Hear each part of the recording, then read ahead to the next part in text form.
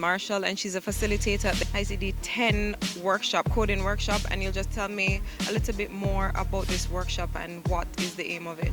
Well, the aim of the workshop is to sensitize those individuals, especially coders and medical doctors, in terms of capturing diagnosis terms very accurately and comprehensively to reflect for statistical purposes, especially where you would have to do reporting. So throughout the workshop, we have a diverse group of individuals. We have some clinical doctors, we have some radiographers, and we have some medical coders. So at the end of this workshop, the capacity of all these persons would have been enhanced in terms of coding. What else? How would this benefit the health sector? Well, better data being captured. So as I mentioned earlier, documentation is very important. So once we were able to translate those clinical terms into accurate codes, then you have better reporting and better public health outcomes. Okay. How would you say the workshop has been so far? What is the response from the participants? How would you rate the workshop? So far, this is day 2, and I will rate the workshop excellent in terms of the participation. We have a lot of engagement in terms of people sharing their experiences, their best practices, and also their concerns in terms of how they would be able to strengthen the coding sector. What would you say would be the challenges for the medical coders? In terms of challenges, I would say documentation. Often we find that we will have to make sure that the diagnosis reflects the accurate code.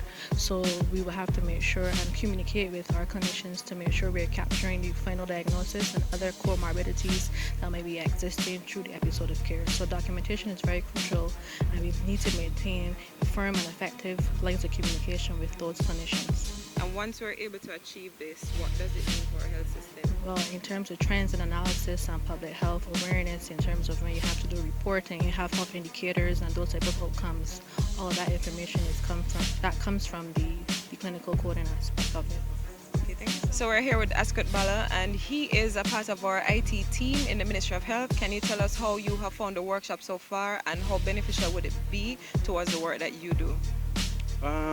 So far, the workshop has been pretty good. I've been learning a lot of things. On the IT end, we look more into assembling the information that is being put in by the clinicians. So in reporting aspect of our system, this particular workshop using the ICD-10 code is very helpful. Okay, where would you say you would find challenges in doing your job as it relates to this coding? In the workshop, we entered 1, 2, maybe 5 pieces of codes, but I can imagine somebody who has to sit down and enter 20, 30 codes a day.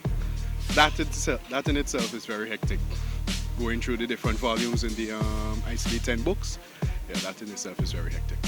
Given where we want to go in terms of our health system, how beneficial do you think a course like this would be towards the health sector on a whole? Knowing ICD-10 puts us on a standard level, as in the doctors and the persons who are coding could communicate much more easily. Once we get the accurate diagnosis, the reports that we generate at the IT department would be highly beneficial for us in St. Vincent and for the region itself.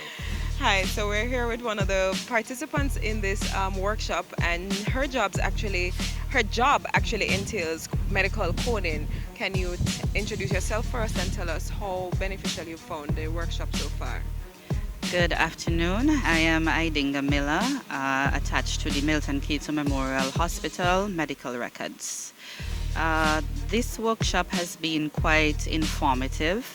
As a coder myself, I am seeing it as a refresher to some of the concepts and rules of coding. Over the 2 days so far, I was able to even learn some new concepts and some of the theories that I myself was missing.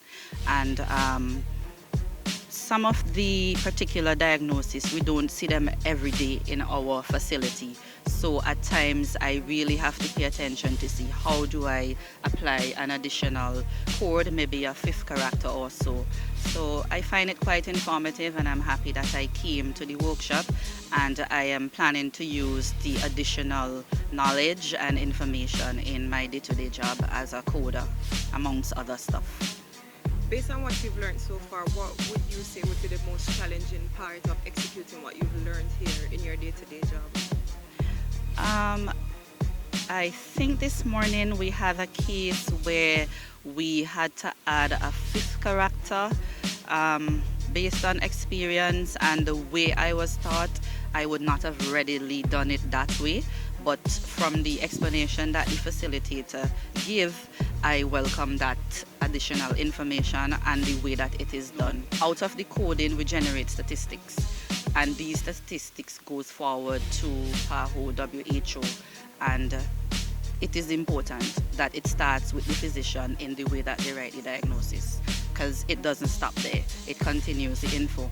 And these statistics are important for finance. You need to know what finances a particular institution need, what resources are required that you have to supply based on the conditions that present themselves to the hospital.